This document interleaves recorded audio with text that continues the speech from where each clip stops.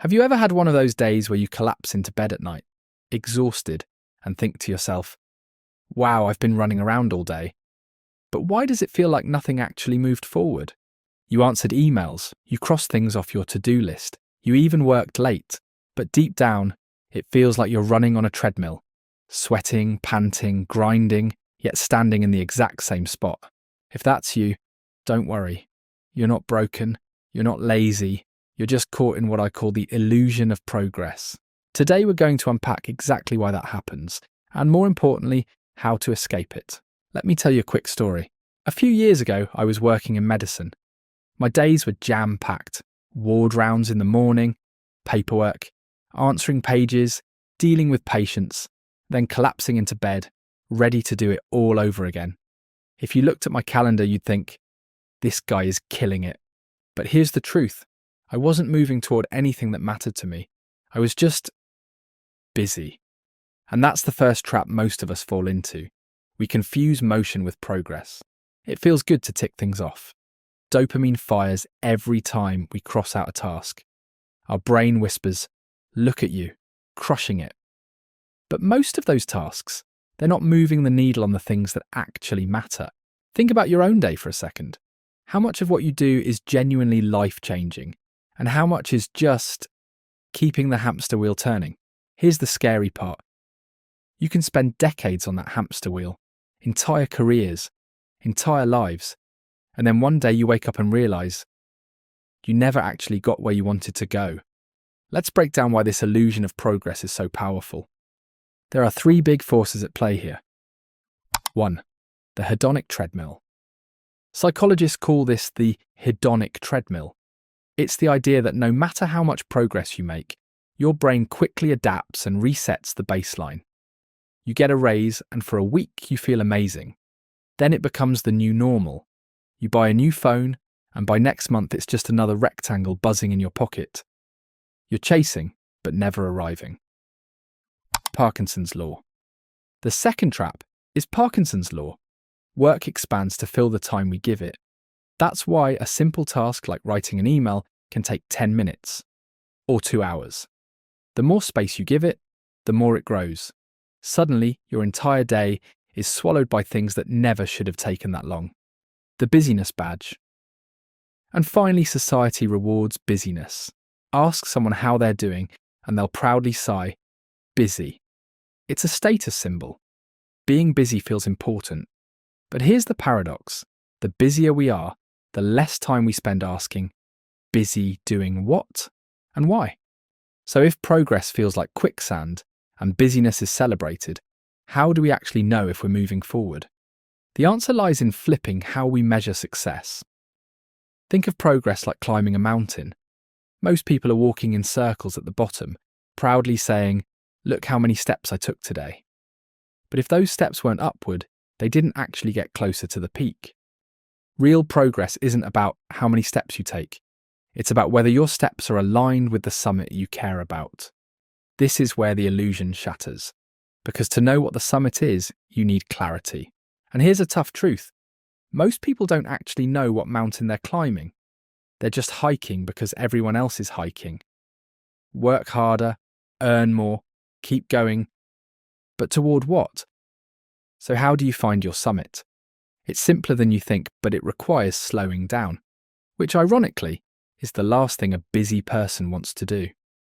One of the most powerful things I ever did was take a week to step back and ask myself, if nothing in my life changed for the next 5 years, would I be happy? That question hit me like a freight train, because the honest answer was no. I was sprinting, but in the wrong direction.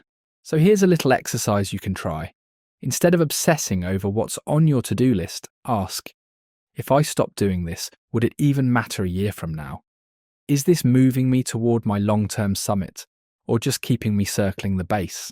That tiny pause, that moment of reflection, is like stepping off the treadmill.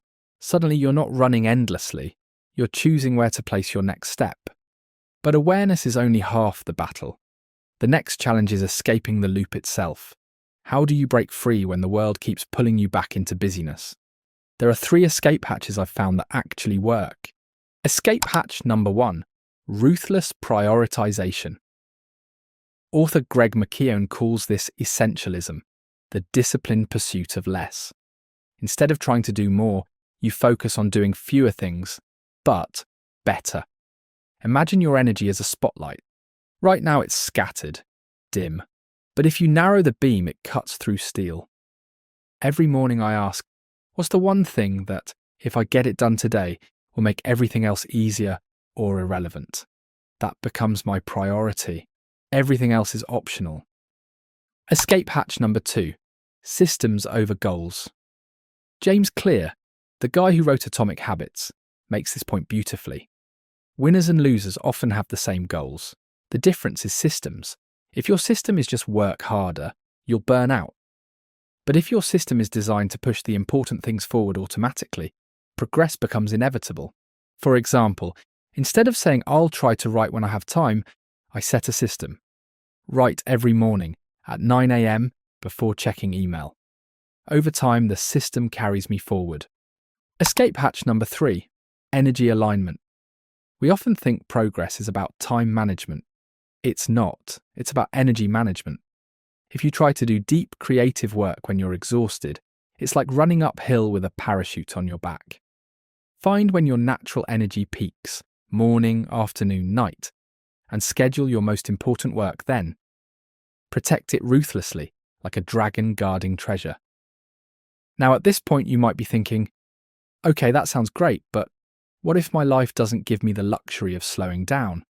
What if I have a demanding job, bills, family responsibilities? That's where the final piece comes in.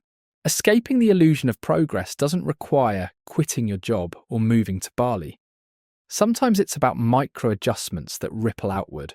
For instance, replacing 30 minutes of scrolling at night with 30 minutes of journaling your next day's priorities. Saying no to one meeting a week that doesn't matter. Blocking just 2 hours on a Saturday to work on a side project you actually care about. Tiny levers, but over months and years, they shift the entire trajectory of your life. Think of it like a plane. If the nose shifts by just 1 degree, over time it ends up in a completely different country. Here's the big question. Where is your plane actually headed right now? If you stayed on your current trajectory for the next 5 years, would you like where you land? Here's the thing. The illusion of progress is sneaky. It wants to keep you running in circles, forever busy, forever tired. But the moment you step back and realize busyness isn't the same as progress, the spell breaks. You see the treadmill for what it is, a machine designed to exhaust you without moving you forward.